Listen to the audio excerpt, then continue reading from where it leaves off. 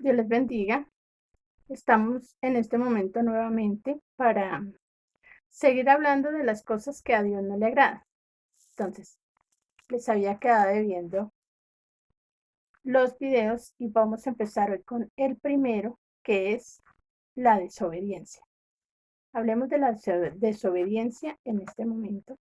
Para eso vamos a tomar una porción de la palabra del Señor Jesús, que se encuentra allí en su Biblia, en Romanos capítulo 5, versículo 19.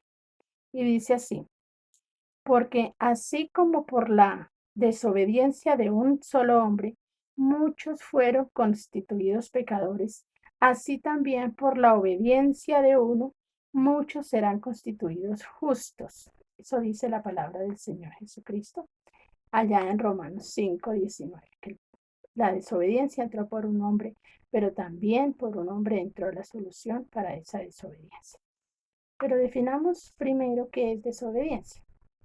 Cuando se habla de esta palabra desobediencia, es ir en contra de una norma, es ir en contra de un mandamiento, es ir en contra de una ley, es ir en contra de una orden, es ir en contra de, de, de la autoridad, es resistir al mandamiento de una autoridad. Hoy, por ejemplo, tenemos una norma, las autoridades nos han dado una norma, nos han dado una orden, y es quédese en la casa, no salga. Cuando nosotros abrimos la puerta y nos salimos de la casa, desobedecemos. Entonces es desacatar un mandamiento, desacatar una orden.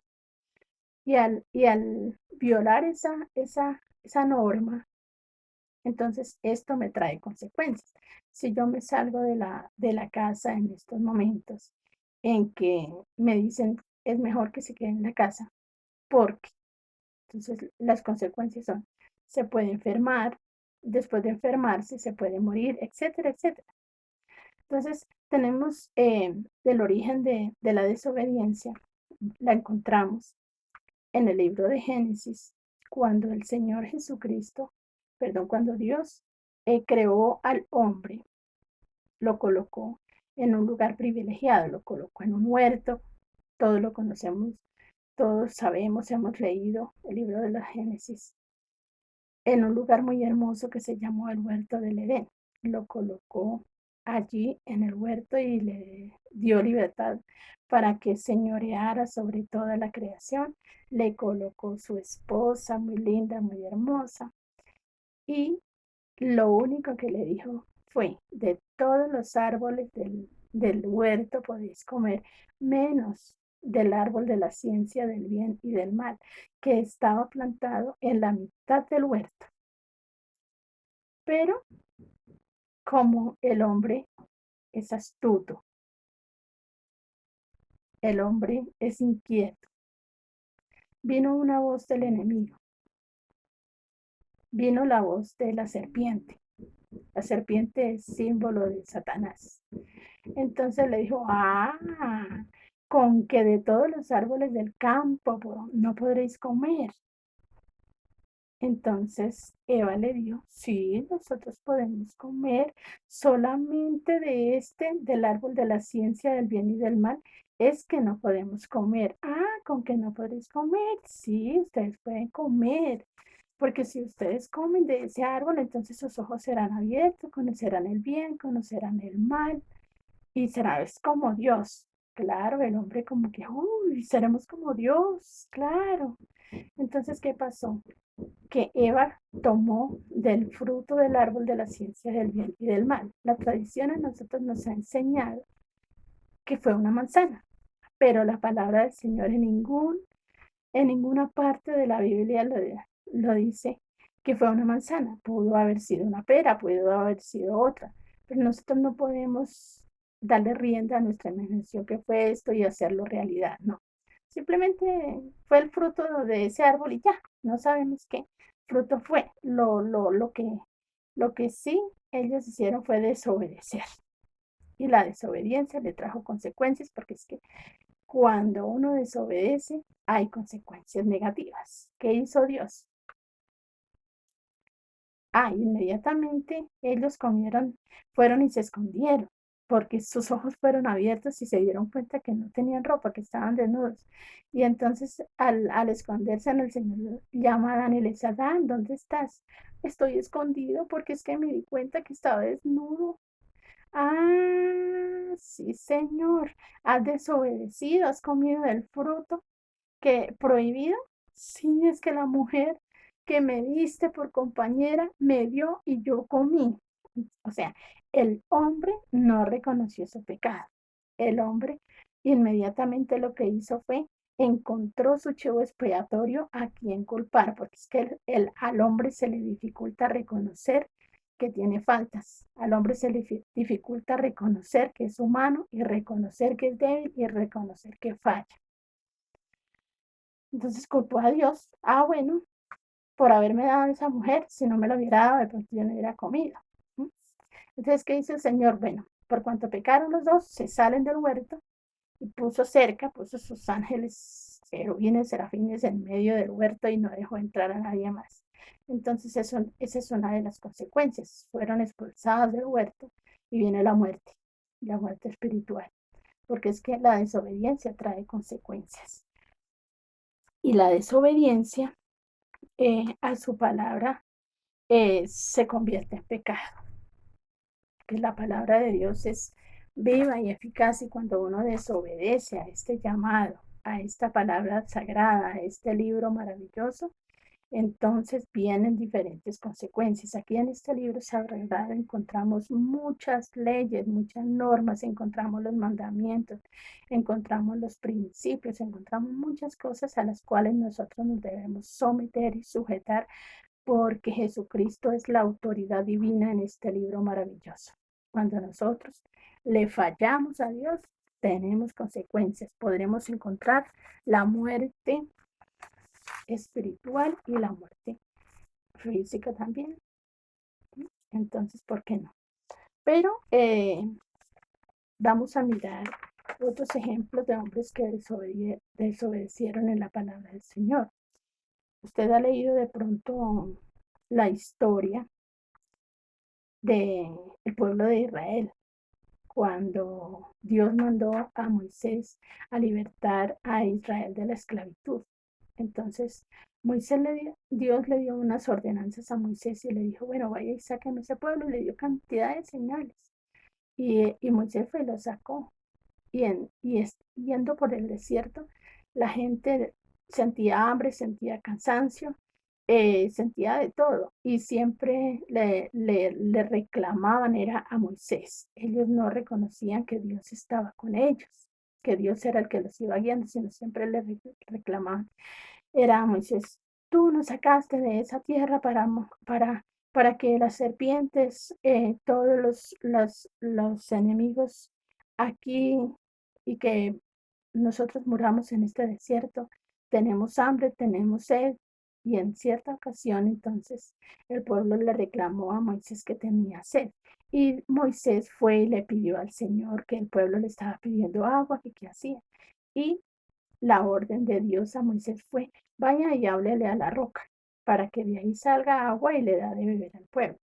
Pero Moisés ya estaba tan cansado, el pueblo lo tenía tan cansado, que a él se le olvidó que la orden era hablarle a la roca y él fue y la golpeó.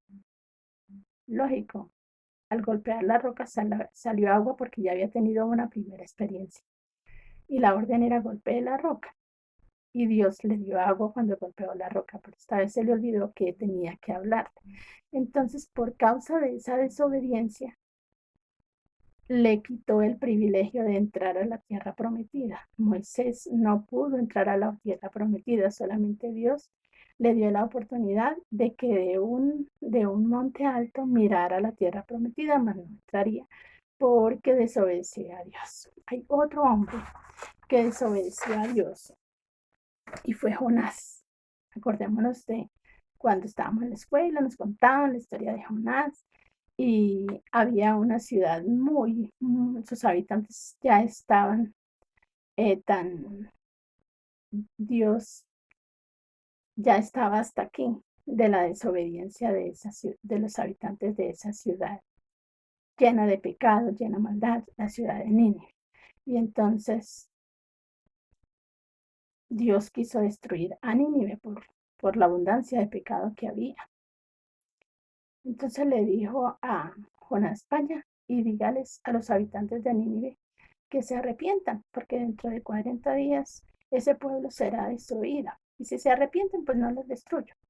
Entonces, ¿qué hizo Jonás? Jonás sabía que la palabra de Dios es fiel y verdadera, y que si él iría y le predicaría a esa gente se humillaría ante Dios, le pediría perdón y Dios no los destruiría. Entonces ellos dijeron: no, yo no quiero que esa ciudad se salve porque es tan mala, que no,